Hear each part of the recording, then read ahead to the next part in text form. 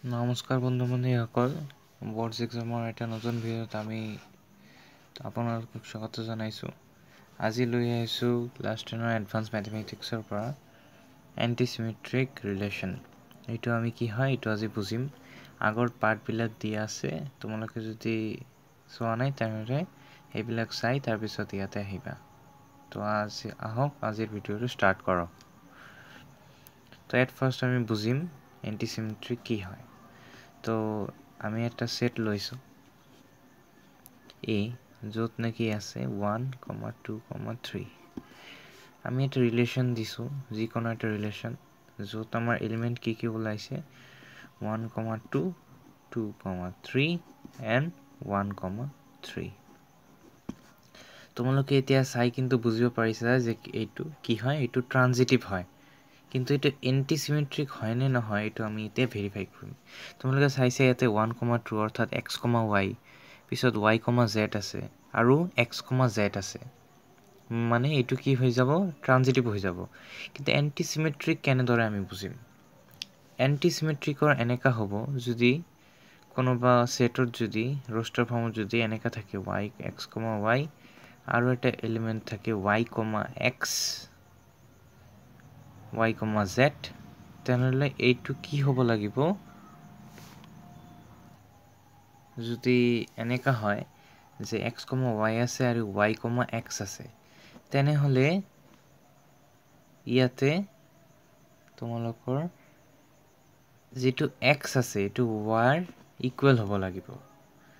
তোমালোকে ইয়াতে দেখা 1, 2 আছে আৰু 2, 3 আছে আৰু 1, 3 আছে। এইটো নো ডাউট এইটো ট্ৰানজিটিভ হয়, কিন্তু এইটো কি এণ্টিচিমেট্ৰিক হয় এইটো আমি পিছত প্ৰুভ কৰিম। আমি আগতে আৰু এটা এক্সাম্পল লৈ ল'ম। ধৰক তোমালোকে 1, 2 আছে, 2, 1 আছে। তো তোমালোকে এতিয়া কোৱা এইটো এণ্টিচিমেট্ৰিক হ'বনে নাই? এইটো নহ'ব, কিয়নো ইয়াতে আছে x, y, ইয়াতে আছে y, x। কিন্তু x equals to y হ'ব নেকি?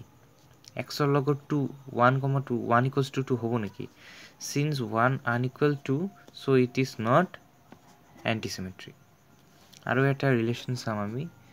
ধৰা ইয়াতে আছে 1, 1, 2, 2, 3, 3। তোমালোকে নিশ্চয় দেখি বুজিব পাৰিছা এইটো কি হয়, ৰিফ্লেক্সিভ হয়। এইটো ৰিফ্লেক্সিভ হয় আৰু এইটো কি হয়, এইটো চিমেট্ৰিকো হয় আৰু এইটো ট্ৰানজিটিভো হয়। কিন্তু এইটো এণ্টিচিমেট্ৰিক হ'বনে নাই? তোমালোকে ইয়াতে দেখা, ইয়াতে 1, 1 আছে, কিন্তু আৰু কোনোবা ঘৰত কি 1 আছে? নাই ন?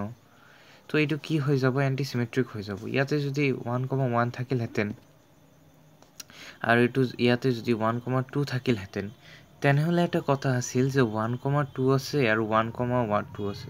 কিন্তু 1 আৰু 2 তো একে নহয়। এইটো x, y আৰু এইটো y, z। এতিয়া একেবাৰে বেলেগ উদাহৰণ আহি যাব। তো এইটো নহ'ব, এনেকা কণ্ডিশ্যন এইটো কিদৰে নহ'ব, কিন্তু এইটো এণ্টিচিমেট্ৰিক হ'ব।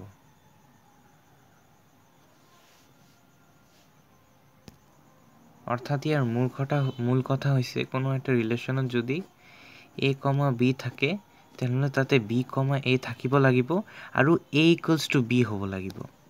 যদি কোনো ৰিলেশ্যনত 1, 2 থাকে আৰু 2, 1 থাকে, তেনেহ'লে 1 equals to 2 হ'ব লাগিব। কিন্তু 1, 2 তো ইকুৱেলছ নহ'বই, তো আমি এইটো কি কৰিম, কাটি দিম, এইটো নহ'ব।